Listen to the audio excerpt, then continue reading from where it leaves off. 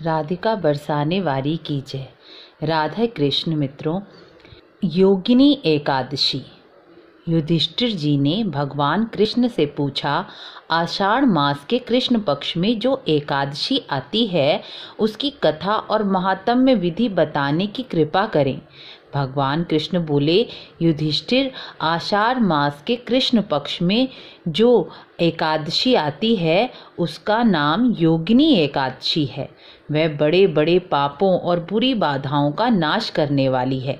संसार सागर में डूबे हुए मनुष्यों के लिए तो यह सनातन नौका के समान है। सुनो, एक कथा है। अलकापुरी के राजा कुबेर भगवान शिव के अनन्य भक्त थे। उनका एक सेवक यक्ष था, हेमाली। हेमाली प्रतिदिन कुबेर की पूजा के लिए मानसरोवर से फूल लाया करता था। कुबेर प्रतिदिन भगवान शिव की आराधना करते थे।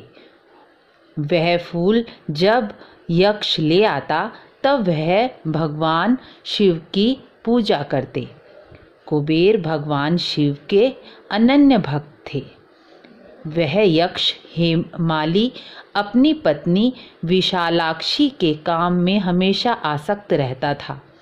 एक दिन हेमाली सरोवर से फूल लाकर अपने घर में ही ठहर गया और अपनी पत्नी में आसक्त होने के कारण वह फूल देने की नियमित सेवा ना कर पाया। इधर राजा कुबेर ने दोपहर तक फूल आने की प्रतीक्षा की। जब हेमाली नहीं आया तो राजा ने अपने सेवकों को बुलाकर उसके ना आने का कारण पूछा।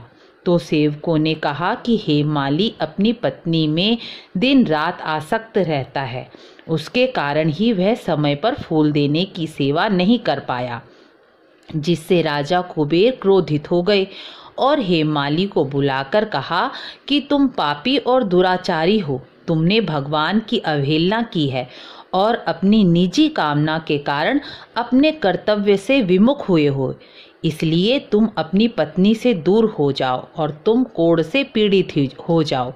इतना कहते ही उसका सारा शरीर कोढ़ से भर गया, लेकिन उसकी स्मरण शक्ति लुप्त नहीं हुई, क्योंकि वह भगवान की सेवा में प्रतिदिन सहायता किया करता था।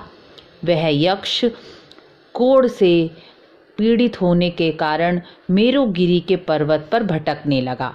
वहां पर मुनिवर मार्कंड जी का उसे दर्शन हुआ। पाप कर्मा यक्ष ने मुनि को प्रणाम करके अपना सारा वृतांत सत्य सत्य बता दिया कि किस कारण पत्नी में आसक्त होने के कारण वह अपना कर्तव्य पूरा नहीं कर पाया।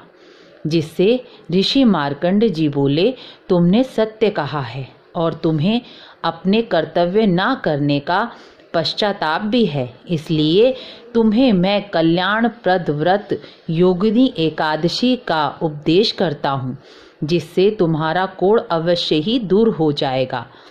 तुम एकादशी के दिन प्रातः भगवान केशव को शंख में पंचामृत भरकर भगवान के 108 नामों से भगवान का अभिषेक करना और पंचामृत को स्वयं ग्रहण करना और अपने कोढ़ पर भी लगाना, तो तुम पूर्ण स्वस्थ हो जाओगे।